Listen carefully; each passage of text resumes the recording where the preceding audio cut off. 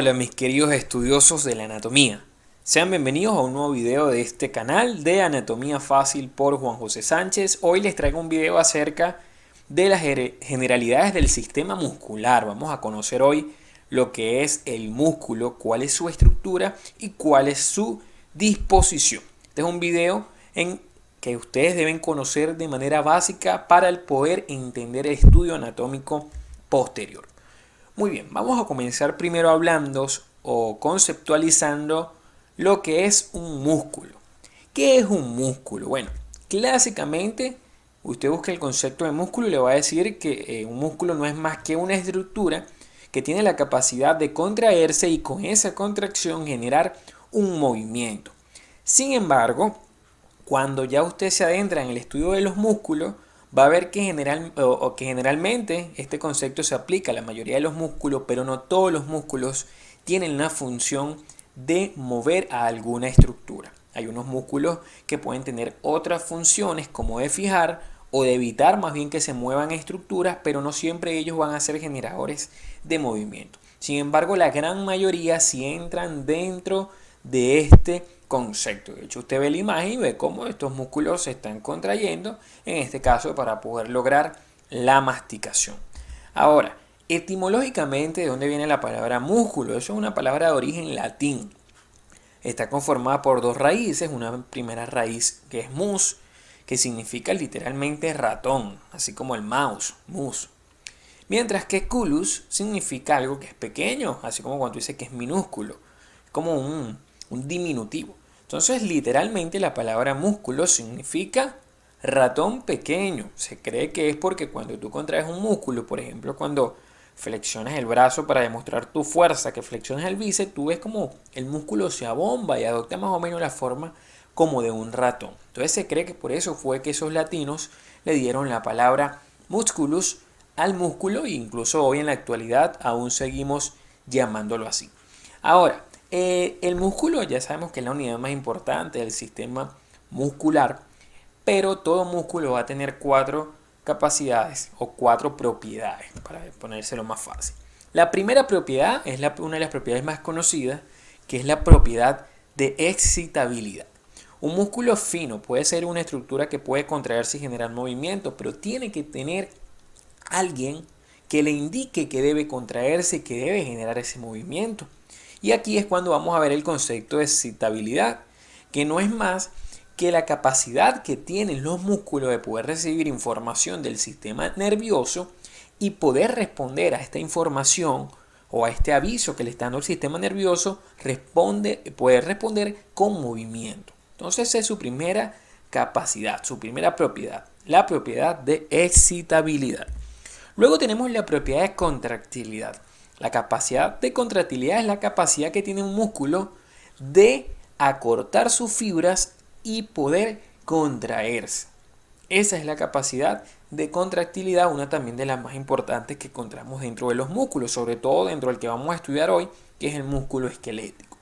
Luego, la siguiente capacidad que tiene el sistema muscular o ciertas partes del sistema muscular es la capacidad de extensibilidad. Esta es la capacidad que tiene el músculo de extenderse, el mismo nombre lo dice, o de distenderse sin sufrir ningún daño.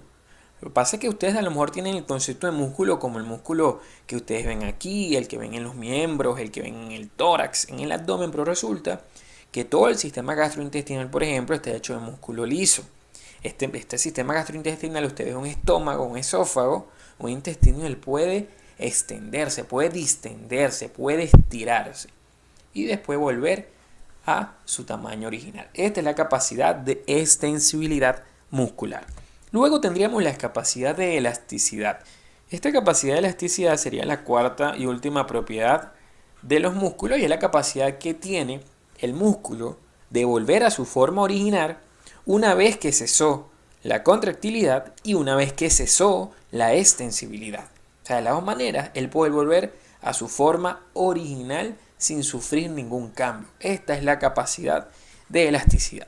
Vamos a seguir hablando entonces sobre la clasificación de los músculos, pero antes no te vayas a despegar de este video.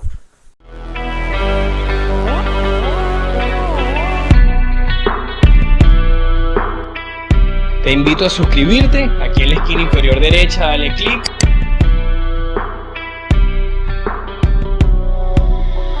Y no olvides darle like al video.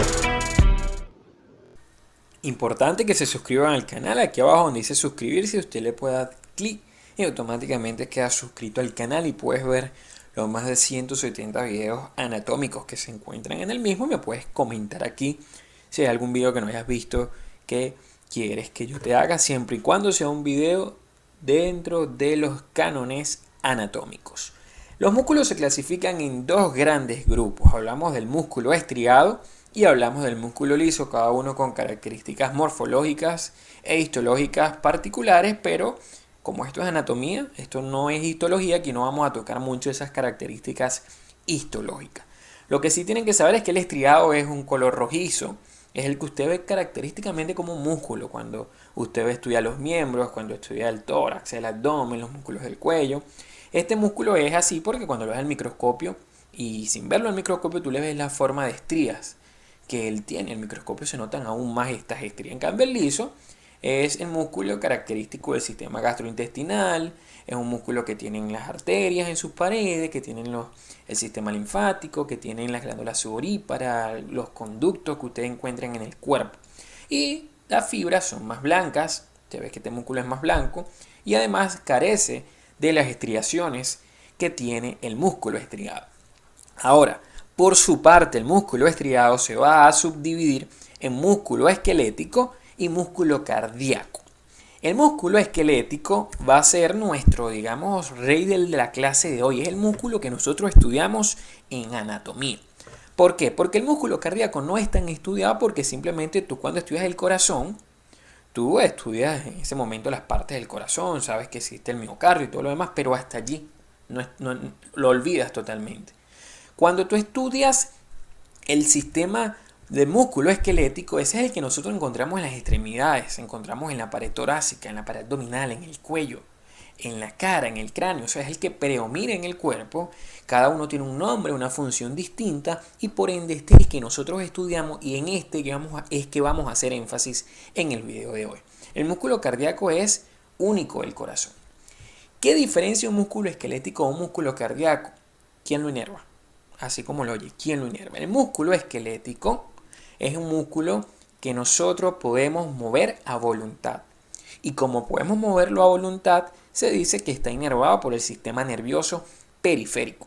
Es el músculo que nosotros con el que caminamos, con el que movemos los brazos, el músculo que nosotros podemos contraer a voluntad, incluso el de las expresiones faciales, el de mover el cuello, el de respirar, todos esos músculos son del músculo estriado esquelético. Los puedo mover a voluntad. El músculo estriado cardíaco, a pesar de que es un músculo estriado, es un músculo involuntario. Un músculo involuntario porque yo no puedo contraer el corazón a voluntad, sino que eso es inervado y movido y contraído por el sistema nervioso autónomo. Por su parte, el músculo liso, por ejemplo, que encontramos en las vías digestivas, es un músculo que está también bajo control involuntario. Nosotros no podemos decirle al estómago contraete, al intestino contraete, a un sistema tubular de alguna glándula que ayude a mover las secreciones. No podemos hacerlo, no podemos decirle al útero que se contraiga o no, porque el músculo liso también está inervado por el sistema nervioso autónomo. Ahora, el músculo liso tampoco lo estudiamos mucho en anatomía. Simplemente sabemos que son las paredes de las vísceras, pero yo cuando estoy estudiando el estómago, yo estudio sus porciones, estudio su inervación, su irrigación, pero no nombro las paredes musculares porque eso es más estudio de la histología. Entonces, básicamente, lo que estudiamos en anatomía es al músculo estriado esquelético. Y hablando del músculo estriado esquelético, vamos a ver cuál es su ultraestructura. Vamos a ir de lo más simple, de lo más pequeño hasta lo más grande, hasta que el músculo esté en compuesto.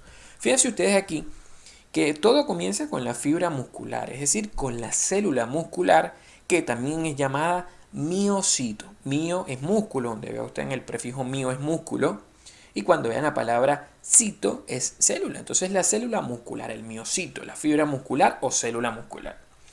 Estos miocitos, cada célula está envuelta por una membrana de tejido conectivo llamada endomisio, que aquí se la estoy poniendo como un poco rosado clara. Vea, cada célula muscular está envuelta por un endomisio.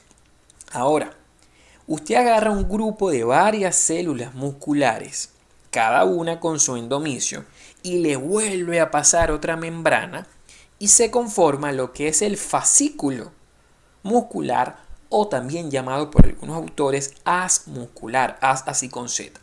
Entonces, ¿qué es un haz muscular? No es más que la unión de varias células musculares, cada una con su endomisio. Pero resulta que cada fascículo muscular, cada uno de ellos está envuelto por una membrana. Vean ustedes, esto sería todo esto, ¿ven? Esto sería un fascículo. Entonces, cada fascículo está envuelto a su vez por una membrana de tejido conectivo llamada perimisio, que sería todo esto que está envolviendo como el cable, para que lo entiendan más fácil. Luego, el conjunto de varios fascículos musculares o de varios haces musculares, como le quieran decir, está envuelto por otra membrana más afuera y es lo que me conforma el músculo. Entonces, el músculo no es más que la unión de varios fascículos musculares y los fascículos musculares no son más que la unión de varias células musculares. Pero fíjense ustedes que el músculo por fuera está envuelto por otra membrana y esa membrana es el famoso epimisio. Entonces, la que envuelve a la célula muscular es el endomisio, la que envuelve el fascículo es el perimisio y el que envuelve al músculo completo es el epimisio, que sería la capa más externa del músculo. Por fuera de este epimisio es que podemos encontrar a la aponeurosis, para que no vayan a confundir el epimisio con la aponeurosis, que esta es una estructura fibrosa que está por fuera del músculo y que a veces usa el músculo para poder lograr sus inserciones. Muy bien, seguimos con el músculo esquelético. Este es un músculo esquelético clásico, es decir, va de hueso a hueso, pero ya vamos a ver que no siempre el músculo esquelético va de hueso a hueso. ¿Cuáles son las partes del músculo esquelético? Bueno, va a tener generalmente un origen. El origen es lo que nosotros generalmente llamamos cabeza muscular, es lo que algunos autores llaman inserción fija. ¿Qué significa esto? Significa que el origen del músculo es lo que generalmente, oigan bien, generalmente, no significa que siempre sea así, es lo que generalmente no se contrae del músculo, es la porción fija, es como que de donde ella se agarra, es donde el músculo se agarra para moverse, pero esa parte tiene muy poca capacidad contráctil. Sin embargo, hay orígenes que pueden moverse indistintamente, por eso les digo que no siempre esta va a ser la parte fija del músculo. Luego tenemos lo que es la inserción. La inserción es llamada también inserción móvil. Esta inserción móvil va a ser lo contrario al origen. ¿Por qué? Porque esta inserción móvil es la parte del músculo que generalmente puede contraerse o que logra contraerse y es la que genera movimiento. Esta inserción generalmente se hace a través de tendón, que el tendón es la parte fibrosa, es la parte, digamos, muy poco contráctil del músculo que logra para insertarse. Ahora, la parte que lleva la mayor capacidad de contractilidad es la parte que está entre el origen y la inserción, que es el vientre. Entonces, mientras el vientre más se acerca al origen, menos capacidad contráctil tiene. Mientras el vientre más se acerca al tendón, mayor capacidad contráctil tiene. Y por eso es que esta zona de inserción es la zona que al tener mayor capacidad contráctil es la que va a generar movimiento. Por ejemplo, este músculo, si se contrae, este es el húmero para que entiendan, este es el cúbito y este es el radio. Este músculo, si se contrae, él no va a mover a el húmero, porque el húmero es el origen. Él va a mover en este caso al cúbito, porque esa es su inserción y ahí vemos el tendón de inserción. Esta membranita que vemos aquí afuera, que está envolviendo al músculo, esa sería la aponeurosis. Ahora, esto no siempre se cumple. A veces un músculo puede tener dos tendones. A veces los dos tendones se pueden contraer al mismo momento. De manera que en ese caso su función no es mover, sino su función tal vez sea fijar una articulación. O a veces se puede también mover el origen de acuerdo a lo que tú le pidas al cuerpo. De acuerdo a si alguna parte del cuerpo está fija, tú puedes contraer más el origen que la inserción, o si esa parte es móvil, puedes contraer más la inserción que el origen. O sea, hay músculos que pueden lograr la parte mixta. Sin embargo, son excepciones. La mayoría es así como se lo estoy mostrando aquí. Un origen fijo y una inserción que es mucho más móvil que el origen. Ahora, esa inserción no siempre va a ser en hueso. O sea, no crean que el músculo estriado, por llamarse esquelético, siempre va a ser hueso a hueso. La mayoría de las veces sí, y de hecho por eso se le llama esquelético. Pero hay músculos que, por ejemplo, usted ve lo de la expresión facial y ellos se insertan en la piel. Se originan en huesos, pero se insertan en la piel de la cara. Hay unos que se insertan de la boca, en la mucosa de la boca, unos de la faringe que llegan a la mucosa de la faringe. También hay músculos que llegan a aponeurosis. Hay músculos que incluso llegan a cápsulas sinoviales de las articulaciones. Entonces, no es lo común, aunque no es lo único, me refiero a que llegue a hueso, pero sí es lo más común. Es lo más común. Muy bien. ¿Qué cosa nosotros estudiamos del músculo esquelético? Siempre ustedes buscan mis videos y buscan cualquier libro de anatomía y de un músculo se estudian 4 cosas. Estudiamos cuál es su origen, estudiamos cuál es su inserción para poder saber de dónde vaya, hacia dónde viene. Estudiamos la inervación, que en este caso, como es el sistema del músculo esquelético, estereoesquelético, tiene que ser alguna fibra nerviosa del sistema nervioso periférico que me lo mueva, que le lleve la información para moverlo. Y esto es a través de los nervios. Por ejemplo, aquí usted ve los nervios del plexo cervical. Claro, por supuesto, estos son nervios que son sensitivos, pero es más o menos para que entiendas el concepto de que los nervios son los que se encargan de mover.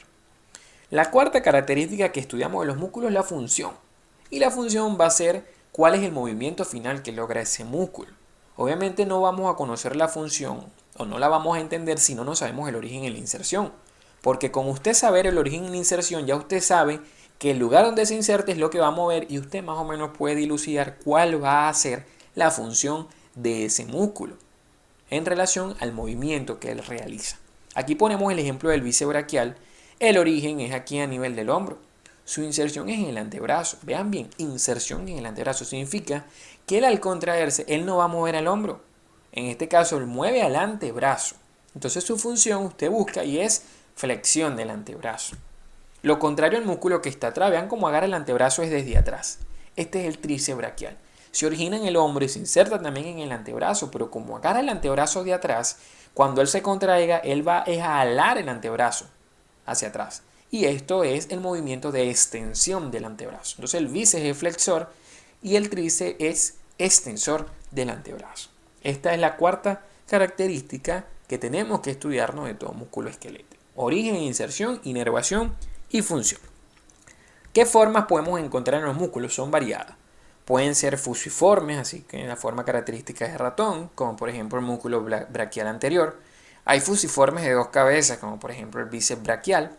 Hay músculos que pueden tener 2 vientres unidos con un tendón intermedio, como es el caso del digástrico, que encontramos en la mandíbula. Hay unos que son fibras bastante planas, ¿sí?, de múltiples cabezas, como el músculo oblicuo mayor, que es el mismo músculo oblicuo externo. Uno que tiene muchos vientres, sería el músculo de tipo poligástrico, como el recto anterior del abdomen. Hay músculos semipenniformes, también llamados unipenniformes, en la que hay un tendón central y de allí se desprenden las fibras musculares, como el músculo tibial posterior. Otros son bipenniformes, donde está el mismo tendón central y hay fibras musculares de ambos lados, como el músculo recto anterior femoral o recto anterior del muslo. Ahora, ¿qué nomenclatura va a tener el sistema esquelético? Bueno, la nomenclatura es fácil hoy en día gracias a la terminología anatómica actual, ya que los músculos te tienen que decir más o menos alguna característica que te ayude a identificarlo. La nomenclatura es muy variada. Mira, a veces lo clasifican de acuerdo a su morfología y tú ves que hay músculos que, por ejemplo, el trapecio, el romboide, tú lo ves, él tiene una forma de rombo y por eso lo llaman romboides, con forma de rombo. ¿Sí? Entonces, a veces simplemente el nombre del músculo te indica una característica morfológica, física. A veces el nombre del músculo te dice el origen y la inserción. Por ejemplo, usted ve el esternocleidomastoideo y fíjense, te dice esternocleido, ya te está diciendo que el origen es el esternón y la clavícula. Y mastoideo porque llega a la apófisis mastoides del temporal. Entonces a veces simplemente él te ayuda, o sea, se te hace más fácil el estudio, la anatomía, cada vez se hace el estudio más fácil porque los nombres no pueden ser nombres extraños ni locos, simplemente son nombres que te indiquen o que te hagan más fácil aprenderte el músculo. A veces los músculos tienen nombre de localización, por ejemplo el músculo cubital anterior, usted se acuerda del hueso cúbito, entonces usted dice, bueno, ese es un músculo que está anterior al cúbito, el mismo nombre te dice la localización. Algunos te dicen de acuerdo al número de vientres, por ejemplo usted ve el bíceps braquial, ya tú sabes que ese es un músculo que ya te indicó la localización, que es el brazo, o sea, braquial, y que además es un músculo que tiene 2 cabezas. Hay nombres que son mezclados o que tiene 2 vientres, bíceps. Otros te dicen la acción. Por ejemplo, usted busca el músculo elevador de la escápula y ya tú sabes que ese es un músculo que lleva la escápula hacia arriba. Esa es su función, elevar a la escápula. Otro que es el extensor común de los dedos, ya te está diciendo que su función es extender los dedos. Este además te dice la localización que es en los dedos. O sea, a veces se mezclan distintas, digamos, clasificaciones dentro de los nombres de los músculos, pero ya son nombres que están puestos desde hace muchísimos años y ya no podemos cambiarlos. Este fue entonces todo el video del sistema muscular. No olvides suscribirte al canal, dale like al video si te gustó y puedes buscarme en mis redes sociales como en Instagram en @JuanPisoSánchez1315. Nos vemos en los siguientes videos.